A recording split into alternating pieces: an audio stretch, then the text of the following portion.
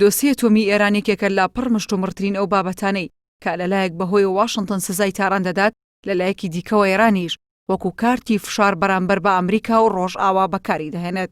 دوای 2 ڕۆژ لە تیرۆرکردنی گەورەزانای ئەتۆمی ئێران پەرلەمانی ئەو وڵاتە پرۆژە یاسایەکی پەسەند کرد کە دەستەی وزەی ئەتۆمی ئێران پەیوەست دەکات بە زیادکردنی بڕی یۆرانیومی پیتێنراو بەلای کەمەوە بۆ 500 کیلۆگرامی مانگانە و بە ڕێژەی خاوێنی جیاواز.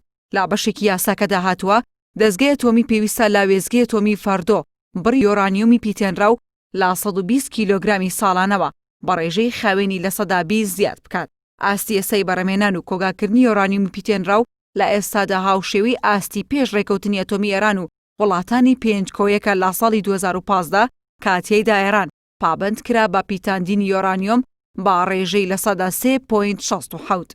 هەر بەپێی یاساکە ئەگەر دوای 3 مانگ لە پەسەندکردنی لانی بەرامبەر پابند بوو با بەڵێنەکانەوە با پێی ڕێکەوتنەکەی ساڵی 2015 حکوومەتی ئێران لە ئەستۆیدا پرۆژە یاسایەک پێشکەش بکات بۆ گەڕانەوەی بۆ پابندبوون با ڕێکەوتنەکەوە.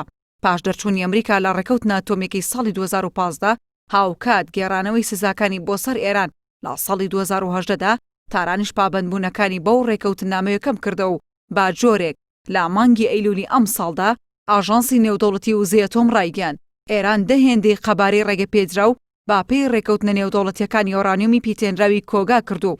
بەڵام دیارە جگە لە سزاکان کوژانی ئەو زانە ئەتۆمیە زیاتر ئێرانی هانداوە تاوکو بەو جۆرە تۆڵەی لە دەستدانی ئەو زانایە بکاتەوە.